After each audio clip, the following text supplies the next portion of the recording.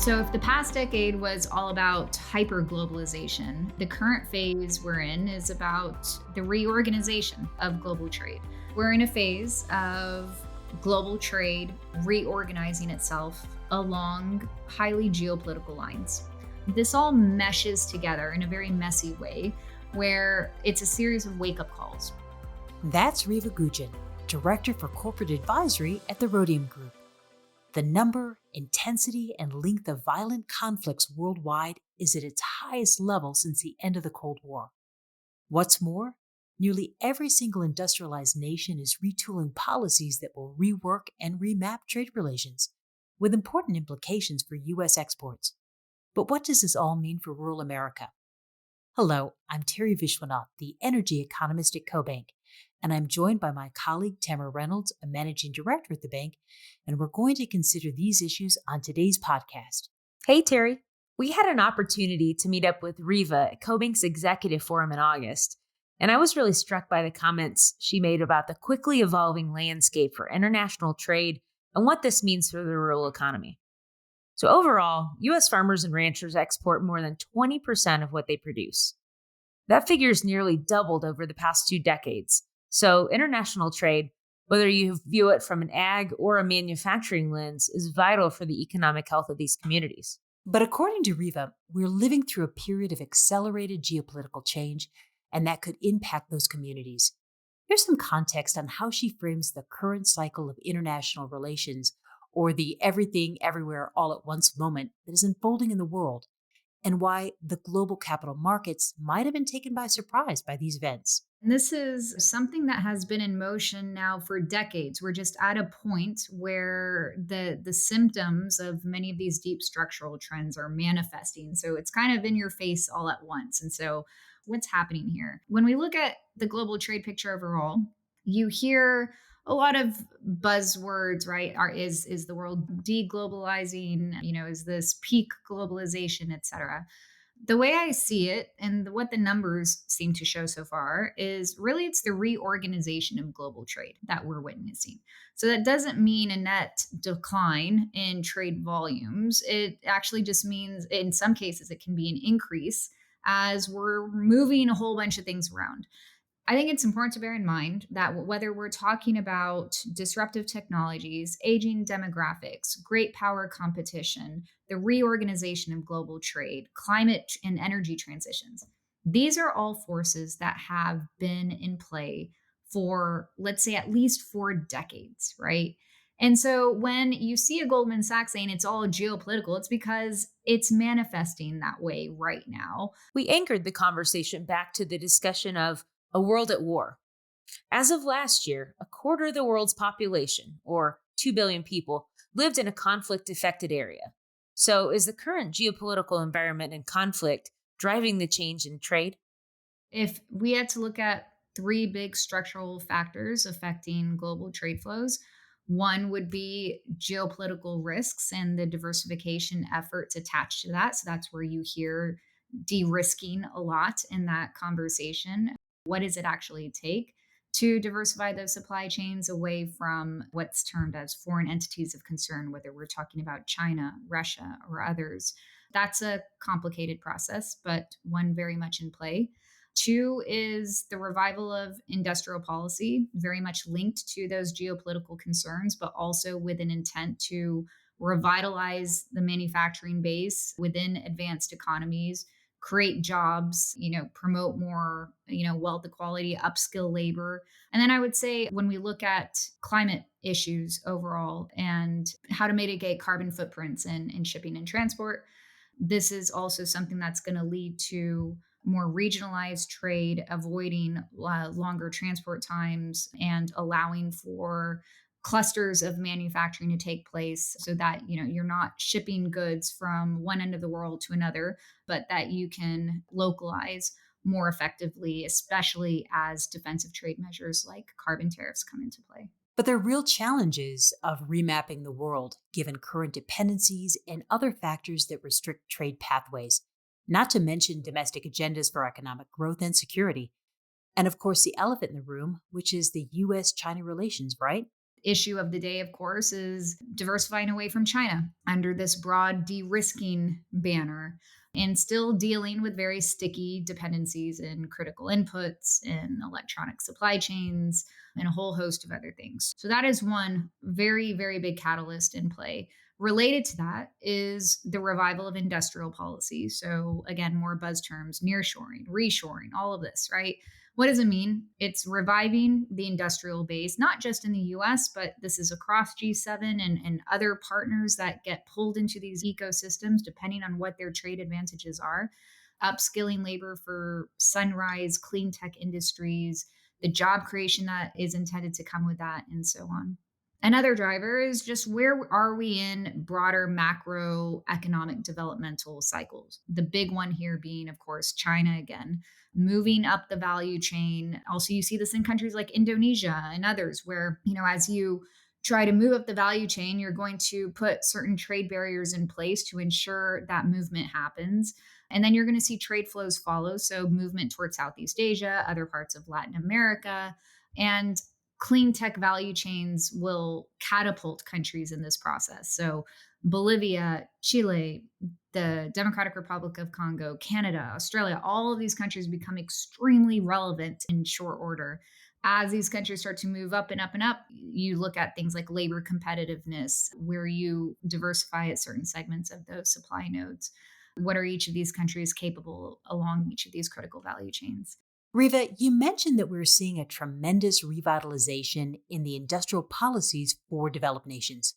What is the U.S. doing on this front, and how might it impact our rural communities? One term that you'll see come from the current administration in the US is the idea of place based industrial policy, which is essentially a more mindful approach to distributing economic activity across geographic centers. So when we talk about reshoring, right, it's not just about invigorating already established economic hubs like Silicon Valley in California, right? It's about creating and growing this what's been called the battery belt running through Southeast United States and creating new manufacturing hubs, revitalizing auto hubs in Michigan, for example, with growth of the EV industry. Texas, of course, where I sit, is a major hub when we're looking at semiconductors. The idea here is create these innovation hubs and research hubs and drawing in from university communities to draw in talent, forging these public private partnerships to create healthy talent pipelines. And the technology is evolving. So you have universities that, for example,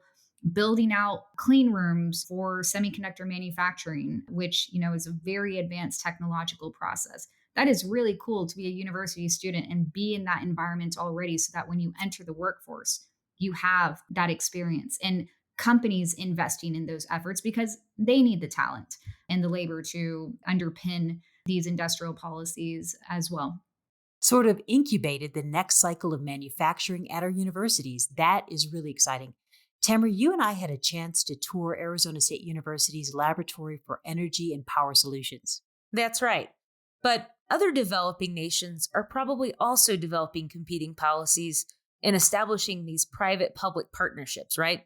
Of course, the US has a lot of advantages when it comes to innovation, when it comes to infrastructure build outs, permitting reform, upskilling labor. This is hard. And the US is competing against South Korea, Taiwan, other countries, and especially in the tech space that have a workforce that can move quickly and at lower cost. This is part of the momentum that the US wants to create and saying, look, we have this industrial policy. We're attaching big dollar signs to this. We want to put forward these public private partnerships. And if other countries grumble about that, for example, the Europeans, South Korea, others, when the Inflation Reduction Act came out, they said, well, wait a second. This is just going to take investment from us and steer it toward the US when you're putting all these tax incentives in play. The US response was, well, then you do it, right? If you want to be part of this industrial policy, yes, let's negotiate where we have some common cause here, but you're part of this clean tech innovation cycle as well. The demand is huge globally. There will never be enough at this point right now in terms of capacity build out, at least at this current stage. So you go build. And what's happening? Europe is leaning in with a big industrial policy. Individual member states are going big, like France. Japan and others are also getting the message and teeing up their industrial policy. So I think that's all by design. And that, at least for this US administration, is the healthier side of competition in this era of industrial policy. Let's go back to the idea of whether it is achievable for the US to beef up its manufacturing to a level that is competitive on the world stage, and whether rural communities will be brought along in the process. There's intent to ensure that the industrial policy funding is being distributed to manufacturing hubs across the country to include parts of rural America that can tap into these bigger opportunities. Now, does that mean it's all this industrial manufacturing is coming back to the US? No, right? This is much bigger than a US solution. This is, on the one hand, a North America solution, in that, in drawing from the USMCA and other free trade agreements, the US is going to be looking to partnerships, right, to ensure that low cost manufacturing is geared toward those areas that can best optimize those parts of the supply chain. So when you see things like the IRA come out, the Inflation Reduction Act, there's a reason why those local content provisions talk about North America manufacturing. It's not just based on the US in every instance when we're talking about EVs in particular. And then it goes beyond North America to what's happening among G7 partners, and especially when it comes to technology partnerships. And beyond that, there are all these plurilateral partnerships that are also taking place among countries that the US needs and others need for critical input. So when you think about in Indonesia, or a DRC, when it in trying to diversify critical supply chains, these are all countries that matter. And there may not be an easy way to fit them into a free trade agreement, but you need to have some kind of forum to coordinate. Okay, got it. So, Reva, this goes back to your argument that the prior decade's focus on hyperglobalization is giving way to reorganization of global trade, largely drawn by these important geopolitical lines. We are still looking for those global efficiencies, but through a slightly altered lens. The US has a lot of companies like NVIDIA, like Qualcomm, others that are what's called, fabless designers, meaning they're not putting all their capital and energy into actually manufacturing the chip itself. They leave that to the experts, which, currently that's Taiwan Semiconductor Manufacturing Company out of Taiwan, which has dominated this space and really perfected the manufacturing process for it within a very integrated supply chain. Those chips end up in everything, right? From your smartphone to, a medical device, or all different kinds of agricultural applications. And so when you're looking at these downstream effects, the labor cost really matters at the end of the day. And the founder of TSMC, Morris Chang, he gave some very blunt remarks over the past year saying globalization basically is over as we know it, because there's no way we can make this cost competitive in the US. And this is a very heavy price that we have to pay. What's interesting here is, well, TSMC is still investing in manufacturing in the US. If it's not cost efficient, why is it doing that? Well, because that's where geopolitics comes into play, right? So when you have countries like Taiwan, like Japan, like South Korea, that are extremely vulnerable, geopolitically speaking, whether we're talking about Taiwan's vulnerability to a Chinese invasion. South Korea is, of course, constantly dealing with North Korea and its own China risks, and Japan as well. All of these countries have important security partnerships with the United States. And the United States has leveraged that when it comes to tough negotiations and saying, look, we want secure supply chains. We're willing to put money behind it through this industrial policy. What is your geopolitical down payment, so to speak? And that comes in the form of TSMC investing in a fab in Arizona. We'll make some advanced chips. They're going to be more expensive, but we're doing it.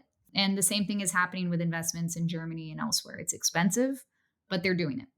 I know there's a lot of studies and commentary about decoupling the global trading system into two segments, a US centric piece and a China centric piece. My sense is this might be a little bit self involved from a US perspective. Do you think this conversation has any merit?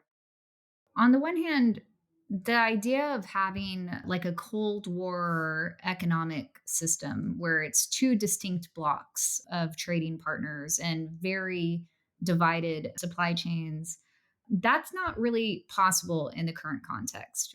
Take an example like Indonesia, right, which is really important for nickel production, class 2 nickel production that goes into EVs and other applications and battery making. And if you look at just what is China related content in Indonesia nickel production, it's at least half.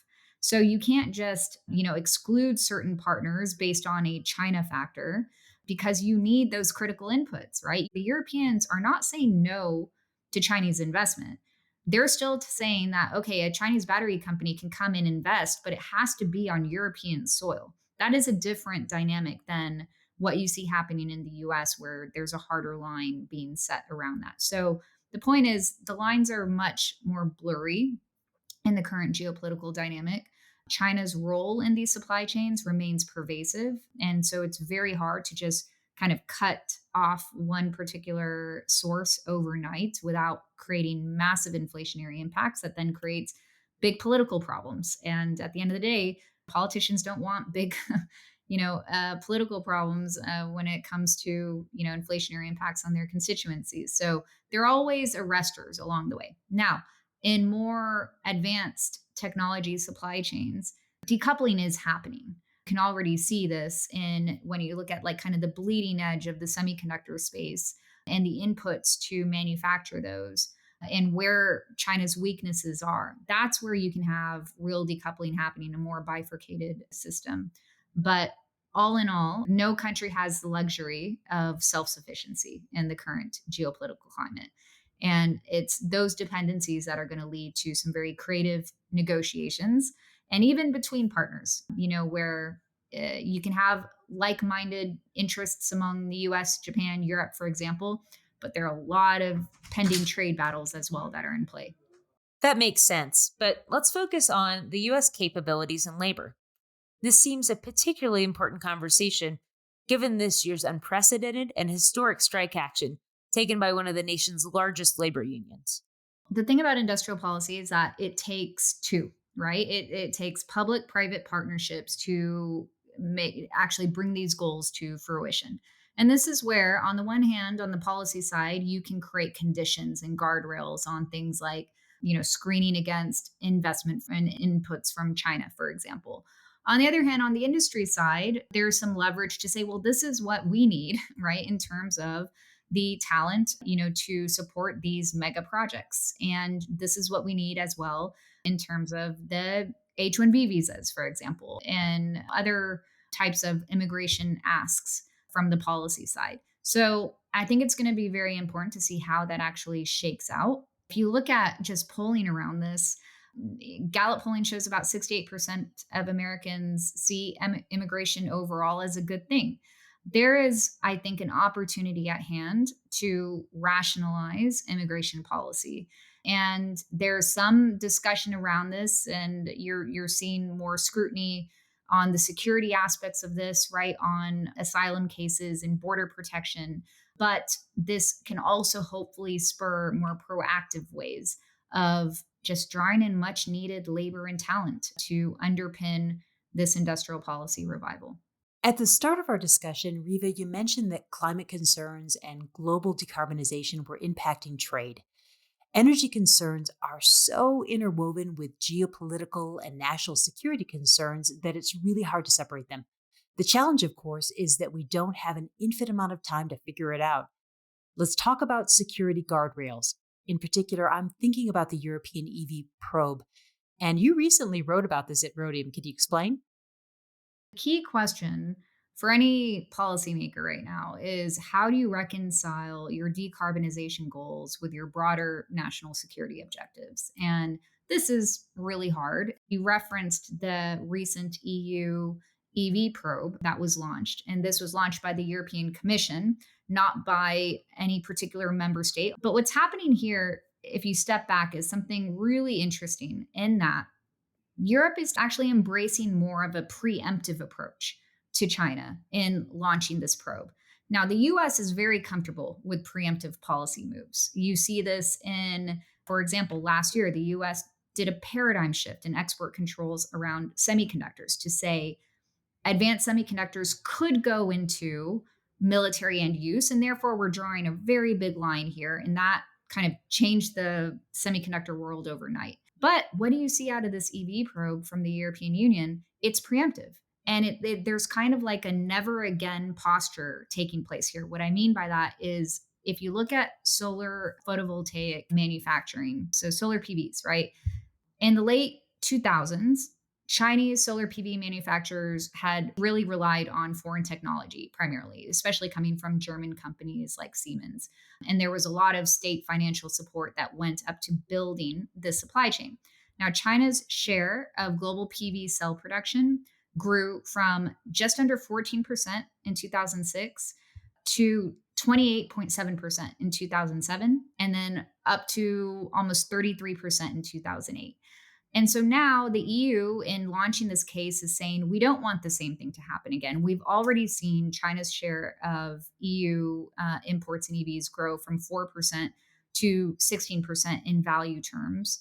The idea is Europe doesn't want heavily subsidized China made EVs dumped into the market and competing with their own brands. This sets an important precedent, and wind turbines are on the table, heat pumps are on the table, medical technologies are on the table for using these defensive trade measures. This sounds like it might get messy, right? That is what you see coming through in a number of policy proposals, and in some cases, attempts to just hit the accelerator on policies in ways that can lead to massive disruptions without really a whole lot of consideration for the spillover effects. So, for example, while there may be political objectives to show a toughening on China and a desire to extricate China from critical supply chains in very short time frames, in some cases immediate if you look at some policy proposals, there's also a feasibility test that has to come into play. China has a vote in many of these areas. Retribution is real when it comes to restricting critical inputs, whether we're talking about dysprosium for rare earth magnets or graphite for battery production or gallium and germanium for semiconductor manufacturing. These are exactly the areas where China is exercising the threat of being able to disrupt those supply chains. At the same time, the US and others are trying to get these industrial policies off the ground. And so this all meshes together in a very messy way where it's a series of wake up calls, a wake up call on where federal spending has lagged on basic research and development and leading to a revival in industrial policy to address these key shortfalls. Wake up policy in terms of critical dependencies on foreign entities of concern like China, like Russia, and the massive wake up call of what is it going to take to meet Paris climate goals and decarbonization goals and balance those with these national security objectives at the end of the day. And finding that balance point is going to be an extreme challenge over these next several years and decades. That is where the most disruption potential occurs.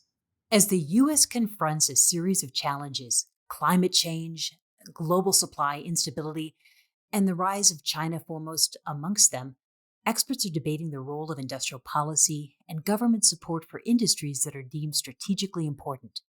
The outlook and really the future of the rural economy will be tied up in these evolving policies. I hope all of you have enjoyed our conversation with Reva on how these policies are developing and the implications from a global partnership standpoint. And that you'll join us as we close out the year with a conversation with Jim Matheson from NRECA next month as he takes a look at developing domestic policies on U.S. power plants and the implications for co-op reliability and affordability. Bye for now.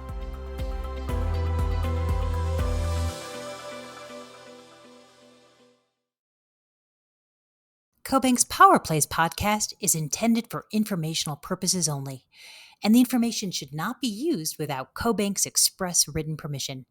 The information provided in the podcast is not intended to be investment, tax, or legal advice and should not be relied upon by listeners for such purposes. The information contained has been compiled from what CoBank regards as reliable resources. However, CoBank does not make any representation or warranty regarding the content and disclaims any responsibility for the information, materials, third-party opinion, and data included in the podcast. In no event will CoBank be liable for any decision made or actions taken by anyone, person or persons, relying on information contained in this podcast.